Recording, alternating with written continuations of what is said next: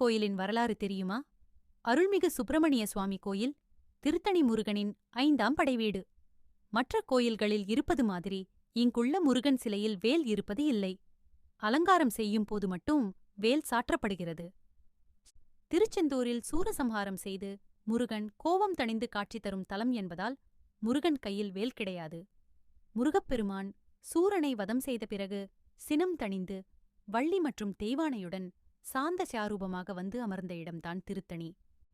இங்கு மூலவராக சுப்பிரமணிய சுவாமியும் உற்சவராக சண்முகரும் தாயாராக வள்ளி மற்றும் தெய்வானையும் இருக்கின்றனர். திருத்தணிமலை பகுதியில் வசித்த வேடர்களின் தலைவனாக நம்பிராஜன் இருந்தான். ஒருமுறை காட்டுக்கு சென்றபோது ஒரு குழந்தையை வள்ளிகொடியின் அடியில் கண்டான். அந்த குழந்தைக்கு வள்ளி என பெயர் சூட்டி வளர்த்தான். பருவமடைந்த வள்ளி தினைப்புனம் காத்து வந்தாள்.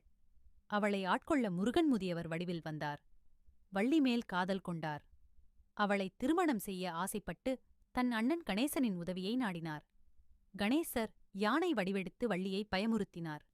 பயந்து ஓடிய வள்ளி கிழவர் முருகனை தழுவிக்கொண்டாள். அவரது திருமேனி பட்டதுமே வந்திருப்பது முருகன் என அறிந்த வள்ளி அவருடன் இணைந்தாள்.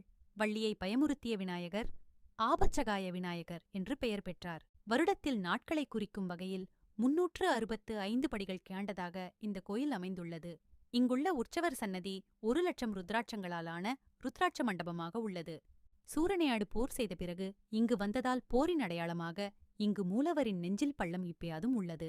முருகன் திருச்செந்தூரில் அசுரர்களுடன் போரிட்டு வென்றதன் அடிப்படையில் கந்தசஷ்டியின் போது சூரசம்ஹாரம் மற்ற தலங்களில் நடக்கும். ஆனால் இந்த கோயிலில் மட்டும் சூரசம்ஹாரம் நடப்பது இல்லை. அன்று முருகனை குளிர்விக்க 1000 கிலோ மலர்களால் புஷ்பாஞ்சலி செய்வர். இங்குள்ள கஜவள்ளி வள்ளியும் தெய்வானையும் இணைந்த அம்சமாக அருள்பாலிக்கிறாள். வலது கையில் வள்ளிக்குரிய தாமரையும் இடக்கையில் தெய்வானைக்கு உரிய நீலோத்பவ மலரும் வைத்திருக்கிறாள். தங்கத்தேர் புறப்பாடு இல்லாத வெள்ளிக்கிழமைகளில் கஜவள்ளியின் கிளிவாகன பவனி நடக்கும். முருகனுக்கு இந்திரன் காணிக்கையாக கொடுத்த சந்தனக்கல்லில் அரைக்கப்படும் சந்தனமே சாத்தப்படும். இதில் சிறிதளவை நீரில் கரைத்து குடித்தால் நோய் தீரும். மூலஸ்தானத்திற்கு பின்புறமுள்ள சுவரில் குழந்தை வடிவில் ஆதிபால சுப்பிரமணியர் இருக்கிறார். இவருக்கு மார்கழி திருவாதிரையில் வெந்நீரால் அபிஷேகம் நடக்கிறது. புத்தாண்டிற்கு முதல் நாள் இரவில் ஒவ்வொரு படிக்கும் என 365 படிகளுக்கும் மஞ்சள் குங்குமம் வைத்து கற்பூரம் ஏற்றி பூஜித்து திருப்புகள் பாடப்படுகிறது. அனைத்து படிகளுக்கும் பூஜை செய்த பிறகு நள்ளிரவு 12 மணிக்கு முருகனுக்கு விசேஷ பூஜை நடக்கிறது. சித்திரை பிரம்மையாற்சவத்தில் தெய்வானை திருமணமும் மாசியில் வள்ளி திருமணமும் நடக்கிறது. பள்ளியறை பூஜையின் பேயாது ஒரு நாள் தெய்வானையும் ஒரு நாள் வள்ளியுமாக முருகனுடன் அருள் செய்கின்றனர்.